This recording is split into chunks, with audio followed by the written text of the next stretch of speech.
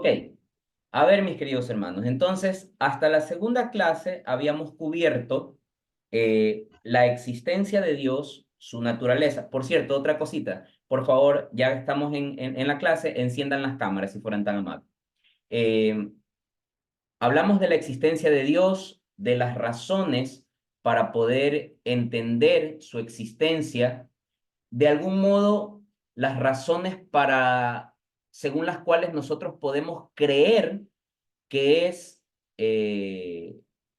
factible, que es viable la existencia de un ser supremo, un ser divino, un ser todopoderoso, que ha manifestado y se ha manifestado de alguna manera ante nosotros para que nosotros le conozcamos, para que nosotros habíamos dicho que las tres razones por las cuales Dios nos ha creado es primero para manifestarnos su gloria, nos ha creado por amor y para hacernos administradores de la creación. Porque ciertamente un hecho importantísimo, que esto es muy importante que lo tengamos claro, Dios en su naturaleza maravillosa, en su ser supremo, no nos necesita, no nos necesitaba y no nos va a necesitar posteriormente. Dios en sí mismo no es un ser solitario, con lo cual mal sería la teoría de pensar de que Dios nos crea para sentirse acompañado, ¿ya?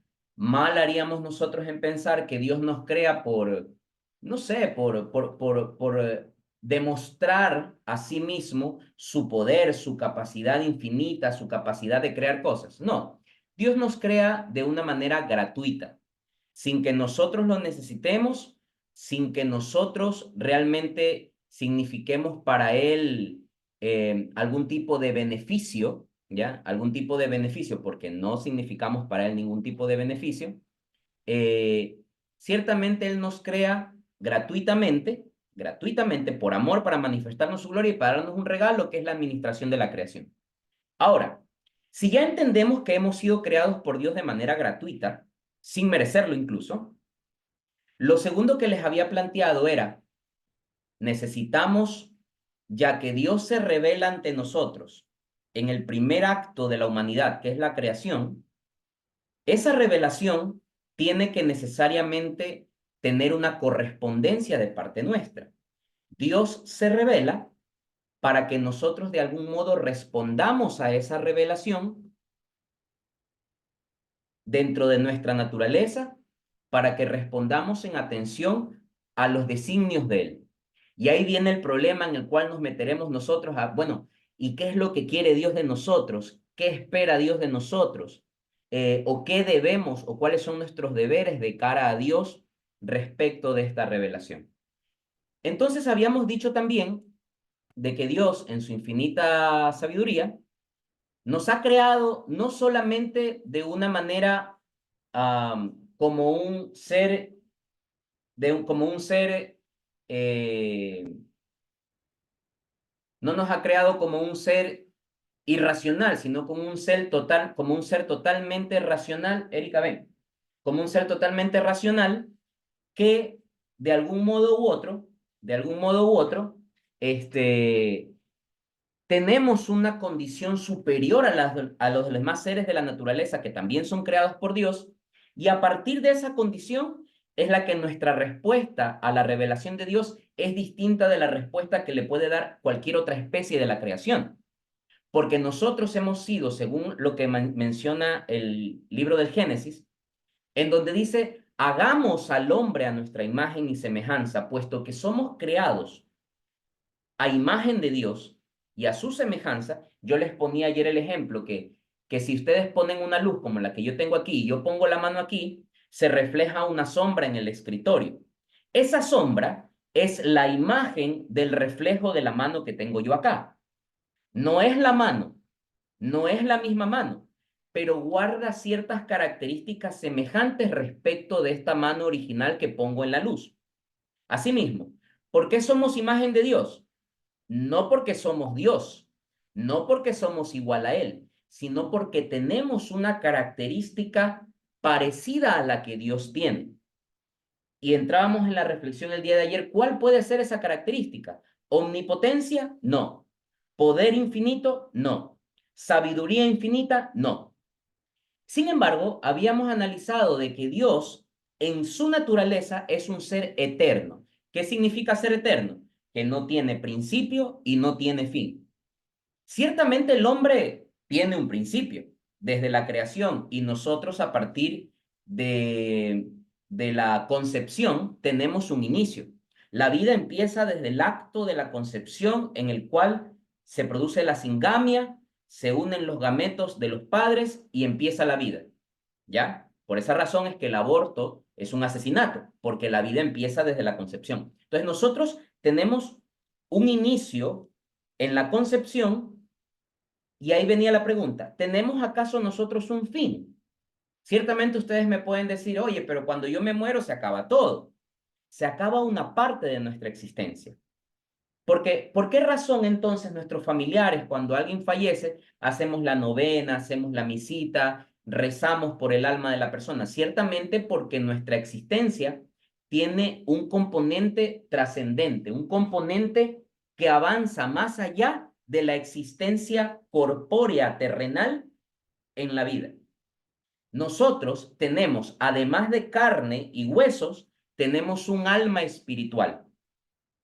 ¿Ya? Y esa alma espiritual es la que me permite a mí dialogar con ustedes, interactuar con ustedes, sentir, pensar, razonar, soñar, actuar en general. ¿Ok? Entonces, si nosotros nos damos cuenta de la característica que tiene el alma humana, es un alma que empieza cuando, en el mismo momento de la concepción, Dios infunde dentro de esa célula que está dentro del vientre materno, infunde el alma espiritual que nos acompañará toda nuestra vida. ¿Qué pasa con esta alma al momento de nuestra muerte? El alma trasciende a la muerte, el alma se desprende del cuerpo y subsiste. Por eso es que nosotros creemos en la existencia de un purgatorio, en la existencia de un cielo y la existencia de un infierno, que ya más adelante aclararemos que el purgatorio hace parte teológicamente del cielo, ¿ok? Pero eso lo veremos más adelante, que son las postrimerías, las últimas realidades del ser humano. Entonces, ¿cómo es que esta alma supera el hecho físico de la muerte y se mantiene por toda la eternidad? Entonces ahí es donde encontramos ese rasgo que nos asemeja con Dios a su imagen, que es que nuestra alma tiene principio, pero no tiene fin. El alma permanece. Usted puede decir, ah, es que yo tuve una bisabuela que falleció hace 15 años. ¿El alma de ella existe? Sí existe. Lo que ocurre es que el alma de ella no se encuentra en el lugar de los vivos ahora en la tierra. Se encuentra en un lugar espiritual, en un lugar inmaterial, sea gozando de la presencia de Dios, o sea, Dios no lo permita, participando de las consecuencias de sus acciones en la tierra, llámese infierno o, ¿por qué no?, purgatorio. Alguien podría decir, oye, ¿y cómo es esto del purgatorio? ¿Cuánto tiempo voy a pasar yo ahí en el purgatorio? A ver, recuerden lo que aclaramos en la primera clase. Como parte de la creación de Dios, se creó la materia. La materia es todo cuanto existe e interactúa en la Tierra a través de cuatro fuerzas físicas que son la electrostática, gravitacional, nuclear alta y nuclear baja. Todo lo que existe en el mundo actúa bajo esas cuatro fuerzas, ¿ya? Y también el hombre ha creado algo o ha identificado algo que llamamos tiempo. El tiempo no es una cosa que supedite la existencia de Dios, ¿ya? El tiempo es meramente humano, con lo cual para Dios no existe el tiempo. Para Dios un día podrían ser 100 años, 100 años podrían ser un segundo. Con lo cual, cuando nosotros pensamos muchas veces, oye, cuando nuestro familiar fallece, ¿cuánto tiempo pasará en el purgatorio? Si lo analizamos en nuestros tiempos humanos, no lo sabemos, pero en los tiempos de Dios puede ser un segundo nuestro, puede ser un año, puede ser un mes. Por eso siempre queda la responsabilidad de los familiares que quedan vivos de rezar por las almas del purgatorio, por las ánimas del purgatorio, ¿ya? Y para que el alma encuentre feliz descanso en la presencia de Dios. Ok, entonces, Hemos sido creados a imagen de Dios y lo que nos hace ser imagen de Dios es el que tenemos alma espiritual. Ok, habíamos dicho también ayer que fuimos creados además semejantes a Dios. ¿Qué significaba que somos semejantes a Dios? Que tenemos la capacidad de discernir libremente en el ejercicio de nuestras acciones cotidianas. Es decir, si yo cojo y salgo a la calle y producto de que salí a la calle me caigo, me tropiezo y me golpeo, es una decisión libre y voluntaria que tomé yo. ¿Sí? No es que yo actúo bajo el influjo de un ser superior el que me obliga a hacer cosas. Alguien diría, oye, pero el demonio, que es un ser superior a nosotros, que es un ser más fuerte que nosotros, el demonio te puede hacer que cometas errores. Sí, pero el demonio lo que hace es influir. Al final, la decisión la tomamos nosotros. Entonces, somos semejantes a Dios porque somos libres para decidir el curso de nuestra vida. Y esta es una de las cosas más maravillosas del infinito amor de Dios, porque Dios, siendo un ser todopoderoso, podría tranquilamente habernos creado como unos borregos, para que nosotros no nos equivoquemos nunca, para que nunca metamos la pata. Y sin embargo, Dios dotó al hombre de una libertad, lo que conocemos como libre albedrío, una libertad que también es consecuencia a partir del evento del pecado original, que es lo que vamos a ver hoy, pero Dios dotó al hombre finalmente de libertad, libertad de elegir. Dios tranquilamente podría enviar fuerzas ahí magnéticas tratando de atraernos a nosotros hacia su existencia, pero Dios no lo hace. Dios permite que cada uno de nosotros lo busque de manera libre y voluntaria, de manera libre y voluntaria. Esa es la mejor manifestación del amor de Dios, el habernos hecho semejantes a Él, que podamos nosotros tener esa capacidad de discernimiento y poder seguirlo a Dios por pura elección propia, libre y natural, espontánea de la persona. ¿Ok? Entonces, hasta ahí habíamos cubierto la clase de ayer. El día de hoy vamos entonces a preguntarnos, de cara a todo esto que hemos hablado, ¿qué es lo que el hombre debería plantearse y cuestionarse? Porque yo soy muy amigo siempre de invitar a la gente a que se cuestione. La fe no es un acto irracional.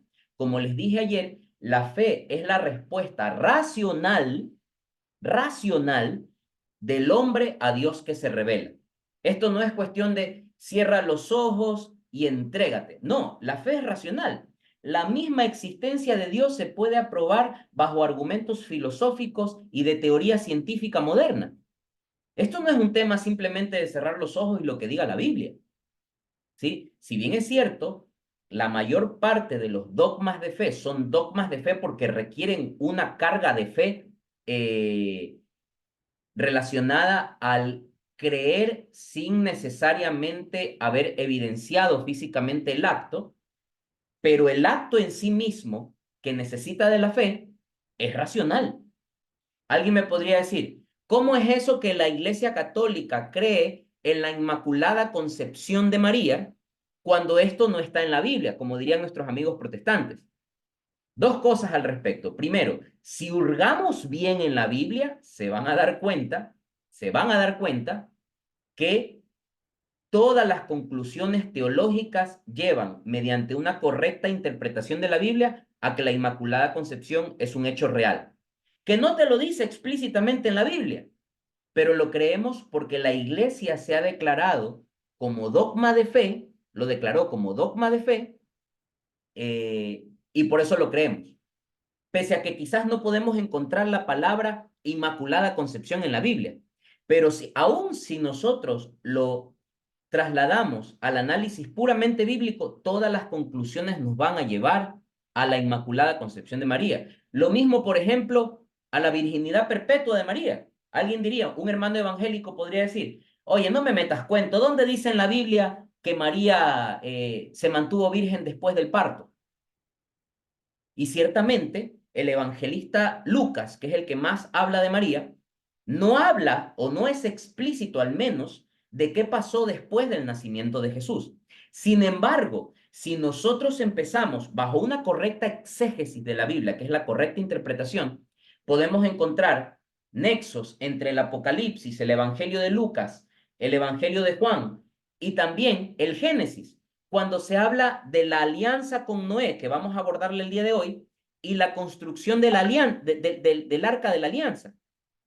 Y encontraremos que María es vista por los padres de la iglesia y por toda la tradición apostólica como el arca de la alianza de Dios. ¿Qué alianza? La alianza que selló Dios con el hombre, la alianza nueva y definitiva al enviar a Cristo a la tierra para librarnos del pecado original, que es lo que veremos el día de hoy. Ok, hasta esa parte, ¿alguna duda, alguna inquietud, alguna pregunta? Veo por ahí que ya les entró el miedo, ya se me desconectaron de la cámara. Hay que mantenerse con la cámara encendida cuando las clases son en vivo, por favor. Ok, vamos a ver. Entonces, Dios creó al hombre a su imagen y semejanza y según lo narra el Génesis, eh, le otorgó la administración de toda la creación y además le dio al hombre una ayuda idónea. Dice el relato del Génesis, entrando al hombre, metiéndolo al hombre en un sueño, en un letargo profundo, para desprenderle una de sus costillas, tomar barro del suelo y formar a la mujer. Que tanto es así que Adán, al ver a la mujer, dice, esta sí es carne de mi carne, hueso de mis huesos, ¿ya? Y por eso Adán, con la emoción, pues, ¿no? De ver a su compañera, dijo, eh, la voy a llamar varona, porque del varón ha sido desprendido. Y aquí es donde tenemos el pasaje bíblico maravilloso que lo escuchamos en los matrimonios. Por esta razón deja el hombre a su padre y a su madre y se une a su mujer y los dos se hacen uno solo. El hecho de que el hombre y la mujer en el matrimonio se hagan uno solo no solo es algo bonito, romántico y chévere, es una consecuencia natural del origen del hombre, porque la mujer nace del hombre. Y el hecho de que sean una sola carne en el matrimonio es una consecuencia natural del origen del mismo hombre y de la mujer que lo vemos aquí plasmado en el Génesis. Entonces, todo era maravilla, todo era perfecto, estaba Adán y Eva, pero saltando en una pata, estaban todos felices. Ellos estaban desnudos, dice el Génesis, pero como no tenían vergüenza, como no había pecado en ellos, como no había maldad en ellos, no se daban cuenta y no les daba vergüenza. Entonces, el Señor les advierte y les dice, toda esta maravilla, todo este paraíso, todo este Edén que está aquí, es para ustedes. Les dice, eso sí, no pueden tomar del fruto del árbol de la vida, de la ciencia, del bien y del mal, que se encuentra en el centro de el Edén. Nosotros, por tradición humana más que nada, ha llegado a nuestro conocimiento que esto es la famosa manzana, que dicho sea de paso, en ninguna parte de la Biblia habla que sea una manzana. En la Biblia se refiere a un fruto de un árbol, ¿ya? A un fruto de un árbol. Sin embargo, si nos adentramos un poco más en la exégesis del Génesis y entendiendo que el Génesis, que es uno de los libros del Pentateuco, los 5 primeros libros de la Biblia, es un libro que ha sido escrito en un género literario que no podemos nosotros tomar. Esto ocurrió así, es decir, en efecto había un lugar con una cantidad de hectáreas que tenía una serie de árboles y un árbol en el centro que tenía. A ver, el Génesis lo que hace es narrarnos de una manera, bajo un género literario no explícito, nos narra la realidad de la creación del hombre.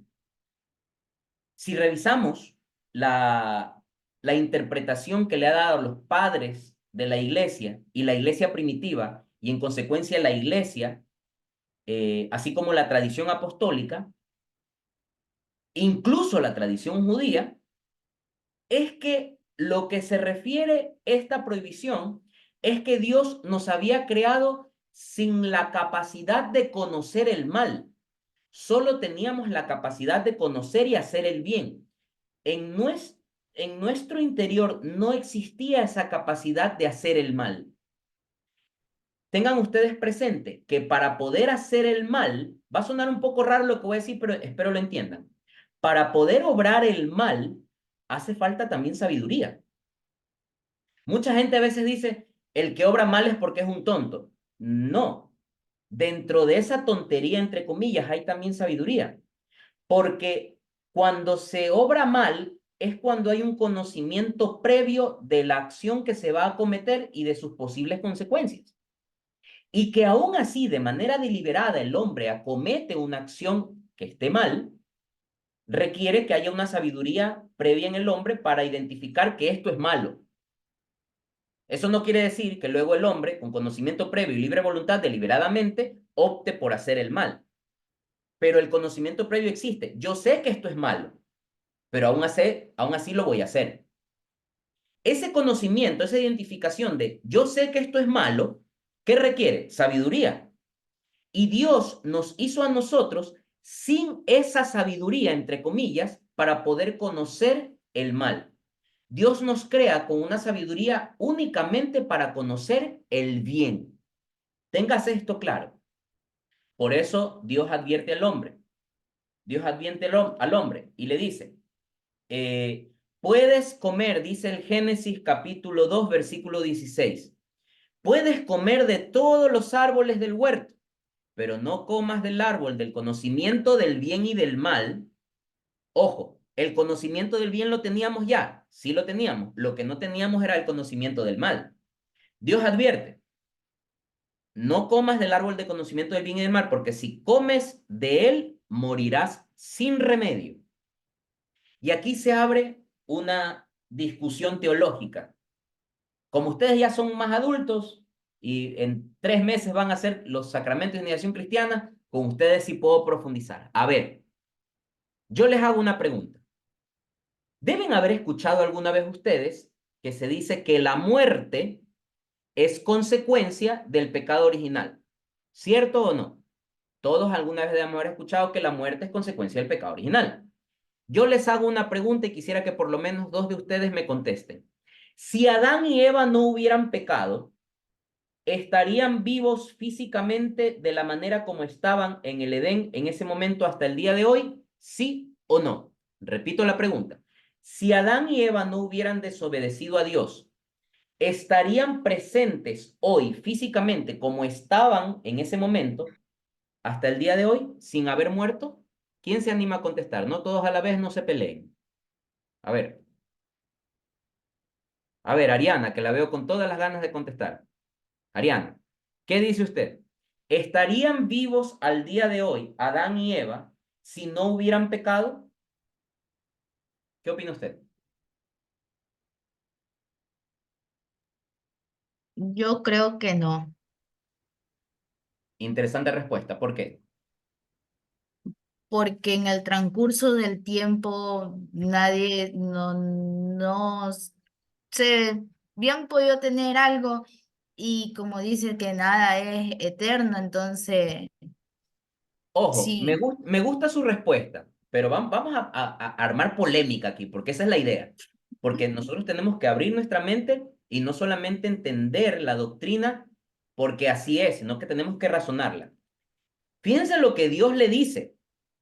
Puedes comer de todos los árboles del huerto, pero no comas del árbol del conocimiento, porque si comes de él, morirás sin remedio. Si nosotros leemos solamente este fragmento y hacemos una interpretación puramente humana, ok, si comes del fruto, entonces mueres sin remedio. Ergo, si no comes del fruto, no mueres. A ver, Anabel, ¿qué opina usted? Yo creo que vamos un poco a la biología. Yo creo que también va a depender del transcurso del tiempo, ¿verdad? Porque, o sea, nacemos, crecemos, morimos. Entonces, también va a depender del ciclo vital, ¿no? Ya. Entonces, pero si Dios dio bastante conocimiento y la desobediencia de parte de nosotros los humanos, no la otorgamos en ese momento, ya de ahí ya vino el pecado original, pues, Ok, las desde dos, ese momento. las dos respuestas son muy valiosas. Ahora vamos a tratar de entender cuál es la verdad de fondo. Si Adán y Eva no hubieran pecado, ¿habrían muerto físicamente? La respuesta es sí. Ahora, la muerte de Adán y Eva, ¿cómo hubiera sido la muerte de ellos? Mejor dicho, ¿cómo es la muerte para nosotros en este momento? Es un acto doloroso, es un acto triste, es una realidad supremamente fuerte que cuando se muere un familiar nuestro, nosotros decimos, chuta, me acaban de arrancar el corazón. Y lo peor es que cuando una persona muere, no sabemos pues qué va a pasar con el alma de esa persona, porque hay dos posibles destinos, o el infierno o el cielo. Pero si Adán y Eva no hubieran pecado, la muerte era simplemente un acto puramente corpóreo en el que ellos dormían e inmediatamente pasaban a la presencia de Dios que ya la estaban disfrutando. Es decir, la muerte no hubiera sido un hecho doloroso. La muerte hubiera sido un acto puramente natural, propio, y que nosotros hoy en día lo hubiéramos aceptado, como por ejemplo, se me cayó un diente, cuando soy chiquito, se me cae un diente, ya. Ese es un acto propio evolutivo del desarrollo de la persona. La muerte, antes del pecado, hubiera sido un acto natural para nosotros. La muerte de la que habla el Señor aquí en el Génesis es de la muerte espiritual, de la posibilidad de que al morir carnalmente no te salves, no llegues a la presencia de Dios. Entonces, respondiendo a la pregunta, si Adán y Eva no hubieran pecado, ¿estarían vivos hasta el día de hoy? No, estarían en el cielo, sí, están en el cielo de hecho, pero en la tierra no estarían, porque ya después de morir simplemente pasan a a otro estado, ya no el estado carnal terrenal, pero esa muerte era una cuestión natural. Ahora, como hubo pecado, como hubo desobediencia, la muerte ya adquiere un efecto dramático, doloroso, de sufrimiento para la humanidad. Por eso es que el Señor les dice, porque si comes de él, morirás sin remedio. Ahí está la clave, sin remedio. Si no hubieran pecado, era una muerte como un acto natural. ¿Y existía el remedio? Sí, claro, después de la muerte venía la existencia del hombre de cara a Dios en presencia de Dios. Ya viviste tu vida, ya hiciste tu vida, ya tuviste tu familia, ahora le toca gozar de la presencia de Dios. Ahora, aquí viene la parte interesante. La serpiente dice que era el más astuto de todos los animales del campo, que nosotros bajo la teología entendemos que el demonio personifica, la serpiente personifica al demonio. Fue y le dijo a la mujer, aquí por favor presten mucha atención que esto es importantísimo y muy aplicable a nuestra vida diaria. Así que Dios os ha dicho que no comáis de ninguno de los árboles del huerto. Primera pregunta. ¿Sí se dan cuenta lo que hace el demonio aquí? Miren, hay que tenerle miedo a las mentiras, sí, pero ¿saben a qué hay que tenerle más miedo? A las verdades a medias. Porque el demonio, personificado en la serpiente, aquí dice una cosa que es verdad, pero dice una cosa que es mentira. Dice, primero le dice, así que Dios os ha dicho que no comas de ninguno de los árboles del huerto. ¿Eso es verdad o es mentira? Es mentira, porque lo que Dios dijo, puedes comer de todos los árboles del huerto, pero no de este. Entonces, fíjense cómo entra el demonio en nuestras vidas. Y ahí es como podemos nosotros verlo en el día a día, cómo el demonio nos tienta a nosotros. Nos tienta siempre lanzando una cascarita con algo que es mentira. ¿Qué debió haber hecho Eva en este caso? Ignorarlo, no pararle bola. Pero ¿qué hace Eva? Le para bola al demonio y le dice, no, estás equivocado. Podemos comer del fruto de los árboles del huerto. Solo nos ha prohibido, bajo pena de muerte, comer o tocar el fruto que está en el medio del huerto. Una pregunta. ¿El demonio es más poderoso que nosotros? La respuesta es sí. ¿El demonio tiene el mismo poder que Dios? La respuesta es no. En nuestra vida diaria, nosotros cometemos pecado porque el demonio nos empuja a cometerlo. La respuesta es sí. Pero ¿por qué el demonio tiene tanta capacidad para hacernos caer? Perdónenme la expresión que voy a utilizar, pero es para que lo entiendan. Porque nosotros somos los giles que le damos información al demonio para que él sepa cómo agarrarnos. ¿Cuál es el error que comete Eva aquí? Eva le dice, Eva por último tenía que haberle dicho, no, culebra, estás equivocado. No, no fue eso lo que nos dijo Dios. Pero Eva hace la casita y le dice, no, podemos comer de todos los frutos, solo nos prohibió comer de ese. So pena de muerte. Entonces, ¿qué hace el demonio en ese momento? Ah, ya me acabas de dar la información, ya sé por dónde agarrarte. Y aquí viene el peligro más grande al que nos vemos expuestos nosotros día a día. Las verdades a medias. Fíjense lo que le dice el demonio. Replicó la serpiente a la mujer, no moriréis. Lo que pasa es que Dios sabe que en el momento que comáis, se abrirán vuestros ojos y seréis como Dios, conocedores del bien y del mal. Pregunta, ¿aquí el demonio dijo algo que es mentira totalmente o tiene algo de verdad? Tiene algo de verdad lo que dijo el demonio, porque dice, porque Dios sabe que en el momento en que comáis, se abrirán vuestros ojos. ¿Eso es verdad o mentira? Es verdad, porque acuérdense lo que les dije hace unos minutos. Dios nos creó con la capacidad de conocer el bien, no el mal. Y al comer de ese fruto, el hombre iba a tener la capacidad de ¿qué? De conocer el mal. Con lo cual, aquí el demonio está diciendo una verdad. Lo que pasa es que Dios sabe que en el momento en que comáis, se abrirán vuestros ojos. Hasta ahí, ¿verdad? Pero luego ahí viene el demonio con su doble vara. Y seréis como Dios. Eso es mentira. Entonces, fíjate cómo ataca el demonio al hombre normalmente. Te lanza una media verdad, tú le crees, caes como gil en la trampa y luego, ¡pac!, te agarra con una mentira. Serán como dioses, como Dios, conocedores del bien y del mal. Y aquí está nuestra amiga Eva, que ¡pum!, peca y lo hace pecar a nuestro amigo Adán. La mujer se dio cuenta entonces de que aquel árbol era bueno para comer, hermoso de ver y deseable para adquirir sabiduría. Y ahí se entiende lo que no es un fruto, no es la manzana ni nada. Fíjense lo que dice las Sagradas Escrituras.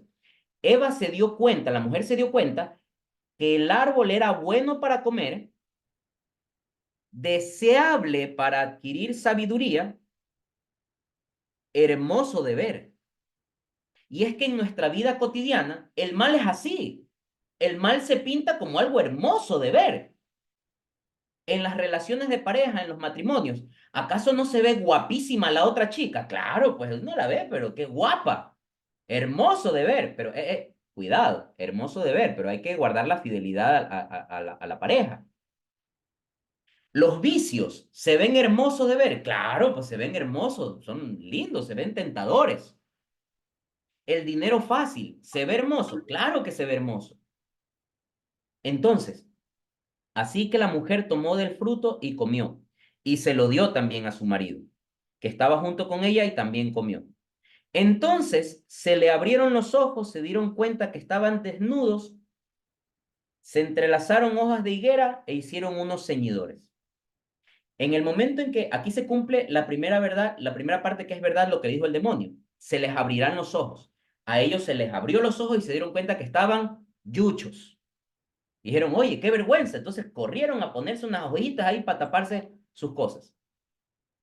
Luego oyeron los pasos del Señor que paseaba por el huerto. El Señor Dios llamó al hombre diciendo, ¿dónde estás? El hombre respondió, oí tus pasos en el huerto, tuve miedo y me escondí. Otro fruto del pecado. Antes del pecado, ¿habría temor? No habría temor, no habría miedo, no existiría nada de lo que conocemos hoy como el mal. El Señor Dios replicó, ¿quién te hizo saber que estabas desnudo? ¿Has comido acaso del árbol del que te prohibí comer? Y aquí Adán muestra la realidad del ser humano, porque así somos todos. Cuando hacemos la casita, nunca nos culpamos a nosotros, sino que culpamos a otro. ¿Cómo responde Adán? La mujer que me diste por compañera me ofreció el fruto del árbol. Entonces, en pocas palabras, ¿qué hizo Adán? No soy yo, Señor, fue la mujer la que me hizo la grande. ¿Ya? Dios se dirige a la mujer. ¿Qué es lo que has hecho? Y la mujer también. En lugar de asumir la responsabilidad, ¿a quién le echó la culpa? La serpiente me engañó y comí. Entonces aquí ni Adán se mojó las barbas, ni Eva tampoco. ¿Ya? Entonces el Señor Dios dijo a la serpiente, por haber hecho eso, serás maldita entre todos los animales, entre todas las bestias del campo, y te arrastrarás sobre tu vientre, y comerás polvo todos los días de tu vida. Ojo, por favor, aquí, lo veremos más adelante, pero aquí abran bien las orejitas y pensemos en la Virgen María. Pondré enemistad entre ti y la mujer. Entre ti y la mujer. ¿A quién se refiere Dios con entre ti? La serpiente y la mujer. ¿Quién es la mujer? Eva. Dios dice, pondré enemistad entre ti y la mujer. ¿A quién personificaba la serpiente? Al demonio. Es decir, pondré enemistad entre la serpiente, entre el demonio y la mujer. Paro ahí. Por eso es que en nuestra sociedad de hoy, la mejor forma de destruir a la familia es destruir a la mujer. Por eso existen todas estas porquerías del feminismo, que la ideología de género y todo esto, porque quieren desbaratar a la mujer que es el pilar del hogar, porque al destruir a la mujer, destruyes el hogar. Y fíjense lo que dice Dios, pondré enemistad entre tú y la mujer. Es decir, hay una enemistad marcada entre el demonio y la mujer. ¿Saben por qué hay una enemistad entre el demonio y la mujer? Porque la mujer es co-creadora, es co-creadora. Porque Dios, para crearnos a todos nosotros, ¿de qué necesitó? De una mujer. Porque nosotros no nacemos así, viene Dios, toca una varita mágica y ¡pum! Nacemos ahí, ahí nace Rosana, sale Anabel, sale Ariana. No, se necesita de una mujer, se necesita de un vientre materno, se necesita de que en 9 meses estemos metidos en el vientre de una mujer para poder nacer. Por eso es que el demonio siempre quiere atacar a la mujer. Entonces tengan mucho ojo con esto de que la ideología de género, que la mujer, que eso es pura tontería. Lo que quieren es destruir el rol de dignidad de la mujer, el rol real que tiene la mujer. Sigue más adelante Dios, pondré enemistad entre tú y la mujer, entre tu descendencia, entre tu linaje y el suyo. Mira qué interesante. ¿Cuál es la descendencia o cuál es el linaje de la serpiente? Satanás y todo el mal. ¿Y qué personifica el mal en el mundo? El pecado. Segunda pregunta. ¿Cuál es el linaje o la descendencia de la mujer? Pensemos en la Virgen María. Pensemos en María como una nueva versión de Eva, porque Eva es la versión de la mujer que hizo la casita, que cometió un pecado y que nos hizo caer en el pecado original. ¿Y quién es María en cambio? María es la mujer que por su sí, que por su obediencia, ella fue un instrumento para que el Salvador del mundo venga a librarnos del pecado. Por lo tanto, María se convierte en el linaje de Eva, siendo una nueva versión de Eva. Eva es la versión defectuosa de la mujer. María es la versión corregida de la mujer. Porque si por una mujer entró el pecado en el mundo, por una mujer entra la salvación en él, que es María. Y fíjense lo que dice más adelante. Y les voy a pedir que piensen en la imagen de la Inmaculada Concepción de María, de la Virgen Inmaculada. Pondré enemistad entre ti y la mujer, entre tu linaje y el suyo, y él te herirá la cabeza, pero tú solo herirás tu talón. Si vemos otras traducciones de la Biblia, aquí se utiliza, la mujer te pisará la cabeza y tú morderás su calcañar. Calcañar es la parte del talón, en la parte del talón del pie. En la parte de aquí está el pie, el talón. Ese es el calcañar. Y si ustedes se dan cuenta, cuando una serpiente te muerde esa parte. Y Dios sentencia aquí que la mujer le pisará la cabeza a la serpiente. Váyanse al Apocalipsis, que lo vamos a ver más adelante cuando estudiemos Mariología, la figura de la mujer coronada en su cabeza y que vence al dragón. Ya veremos después eso. Pero ya fíjense cómo en 2 capítulos de la Biblia ya estamos viendo una riqueza teológica enorme. Entonces, y aquí Dios da la sentencia para el hombre post pecado original. A la mujer le dijo, multiplicaré los dolores de tu preñez, parirás a tus hijos con dolor, desearás a tu marido y él te dominará. Al hombre le dijo, por haber hecho caso a tu mujer y haber comido del árbol prohibido, maldita sea la tierra por tu culpa. Con fatiga comerás sus frutos todos los días de tu vida, ella te dará espinas y cardos y comerás la hierba de los campos, con el sudor de tu frente. Ese es el pecado original que entró a la humanidad a raíz de este primer hecho que está narrado en el Génesis. Ahora, con esto termino. ¿Qué tenemos que identificar de este pasaje bíblico? De que en este momento Dios establece con el hombre una alianza. ¿Qué es una alianza? La alianza es un pacto. A ver, yo con usted, Anabel, vamos a quedar en un acuerdo. El día miércoles a las 8 de la noche nos vemos en Yaguachi y ahí vamos a firmar tal documento. ¿Ya? Es un pacto. ¿Ya? Es un acuerdo en el cual ella hace una parte, yo hago otra parte y ambos confluimos en el cumplimiento de ese acuerdo. Bíblicamente se lo conoce como alianza. ¿Cuál era la alianza de Dios con el hombre en este momento? Cuando creó a Adán, le dijo, mira, te voy a hacer una compañera adecuada para que tú domines la tierra.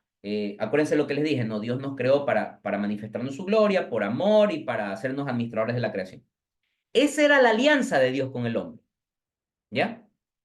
La alianza es y se van a dar cuenta a lo largo de todas las escrituras, que la alianza es la consecuencia natural de la revelación. Dios se revela al hombre y forma con él una alianza, sella con él una alianza. Y esta es la primera alianza que Dios instituye con el hombre, la alianza en el momento de la creación. Pregunto, ¿se rompió esa alianza? ¿Se rompió ese pacto? ¿O no se rompió? Se rompió. Porque ¿quién lo incumplió? El hombre. Con lo cual, hay la revelación de Dios. Dios se da a conocer, se manifiesta ante el hombre, establece una alianza con el hombre. El hombre rompe la alianza y ¿qué queda entonces? La alianza queda incompleta. Y se necesita que Dios nuevamente a través de la revelación proponga al hombre una nueva alianza. El día de mañana estudiaremos el carácter de la revelación de Dios, que tiene un carácter progresivo y sistemático. Mañana les explicaré qué significa eso y estudiaremos el evento del diluvio universal con Noé, que es básicamente la demostración de una segunda alianza de Dios con el pueblo. ¿Hasta ahí alguna pregunta, alguna inquietud, alguna cosa que no haya quedado clara? Hubo alguien que no lo puse en la lista, creo, déjenme ver. Keila me parece que no la puse en la lista. Sí, Keila. Ya. ¿Alguna duda, inquietud? ¿No? Ok, entonces, si no hay dudas, quiere decir que entendieron todo o están más perdidos. Ya lo veremos mañana. Nos vemos el día de mañana, nos vemos la noche de mañana. Seguimos con el tema que estamos avanzando. Que Dios los bendiga, que pasen muy bien. Buenas noches.